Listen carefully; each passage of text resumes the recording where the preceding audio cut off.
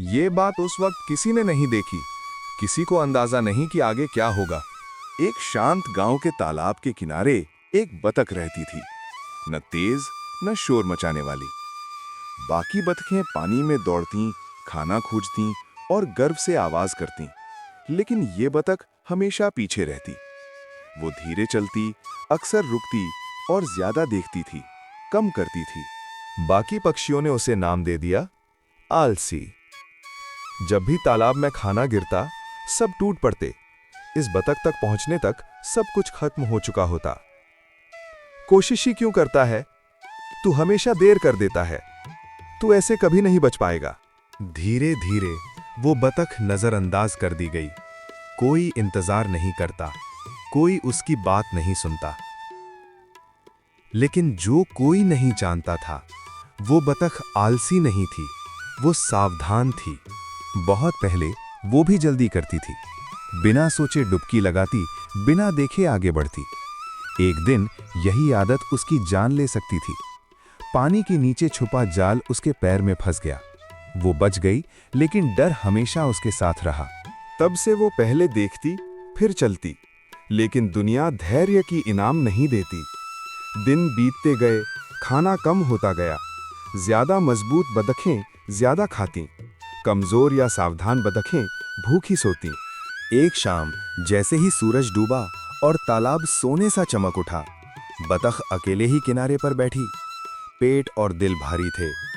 शायद वे सही थे, शायद मैं वाकई बेकार हूं। उस रात काले बादल छा गए और उसके साथ आया बदलाव। गांव में तेज तूफान आया। बारिश जोरों से गिर रही थी, हवा चल रही थी, तालाब का पानी उछलने लगा। बड़ी बड़ी बतखें डर गईं। वे तेजी से तैर रही थीं, एक दूसरे के पीछे। एक तेज धारा बनी, कई बतखें फंसने लगी। लेकिन ये बतख किनारे पर सावधानी से खड़ी थी। वो जानती थी पानी का सबसे सुरक्षित हिस्सा कहाँ है।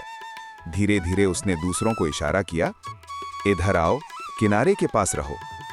कुछ छोटी बतखें उसकी बात मानी। धीरे धीरे बाकी ने भी देखा, ये बतख डर के बजाय संगठित थी। अगर आप कभी खुद को नजरअंदाज महसूस करते हैं, थोड़ी देर रुको, ये कहानी आपके लिए हो सकती है। अंत तक देखें। तूफान और तेज हुआ। एक शाखा टूटकर पानी में गिर गई। अधिकांश बतखें डर गईं, लेकिन ये बतख धीरे धीरे सावधानी से सभी को सुरक्षित जगह तक लेकर गई। सिर्फ समझ और धैर्य ने उन्हें बचाया। तूफान के बाद तालाब शांत हो गया। सबकी नजरें उस बतख पर थीं जिसे वे पहले नजरअंदाज करते थे। कोई हंसी नहीं, कोई ताना नहीं, सिर्फ सम्मान। एक छोटी बतख बोली, हम गलत थे। दूसरी ने कहा, तुम आलसी नहीं, बुद्धिमान हो। बतख कुछ नहीं बोली, वो बस शांत पानी की ओर देखती रही। कभी कभी जो धीरे चलता है वही सब कुछ देख पाता है। उस दिन से कोई भी बतख पीछे नहीं रह गया, और वो बतख अब कोई उसे नजरअंदाज नहीं करता। अगर ये कहानी आपको छू गई, याद रखो, आपकी गति आपके मूल्य को नहीं तय करती। लाइक, शेयर और सब्सक्राइब करें, क्योंकि कभी कभी चुपचाप रहने वाले ही सब कुछ बदल देते हैं।